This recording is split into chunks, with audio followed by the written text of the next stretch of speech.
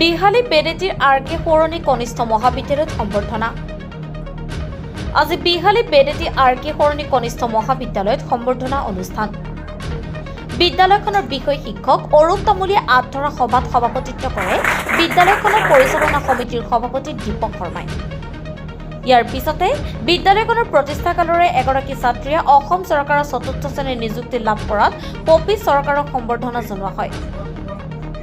অন্যহাতে বিদ্যালয়খনৰ শিক্ষাগুৰু পৰাণজ্যোতি কটকীয়ে ৩য় বৰ্গৰ শিক্ষা বিভাগৰ জিলা শিক্ষা বিষয়াৰ কাৰ্যালয়ত কনিষ্ঠ সহায়ক হিচাপে নিযুক্তি লাভ কৰাত এই সভাত কটকীকো সম্বৰ্ধনা জনোৱা হয়।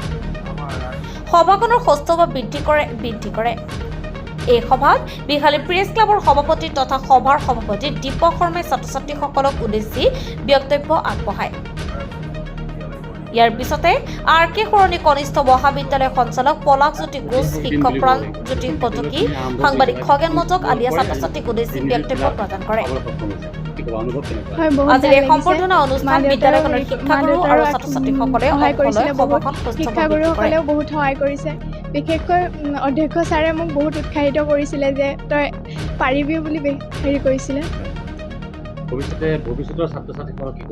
ভৱিষ্যতে ছাত্ৰ ছাত্ৰীসকলে ছাৰহঁতৰ কথাবোৰ যিবোৰ কয় মানি পেলাই, ছাৰহঁতে যিবোৰ পথ দেখুৱাই দিয়ে সেইবোৰ মানি পেলাই আগুৱাই যাব লাগে। আৰু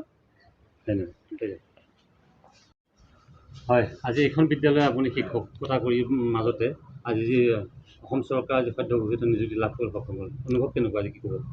খুবেই ভাল লাগিছে বাৰু।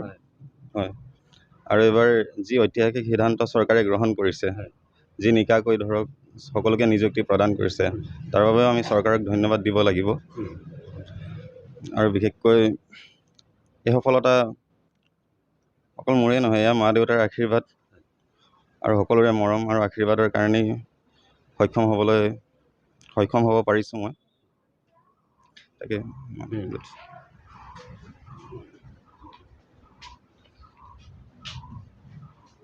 বিশ্বনাথৰ পৰা খগেন মটকৰ ৰিপৰ্ট, পূৰ্বাঞ্চল টাইম।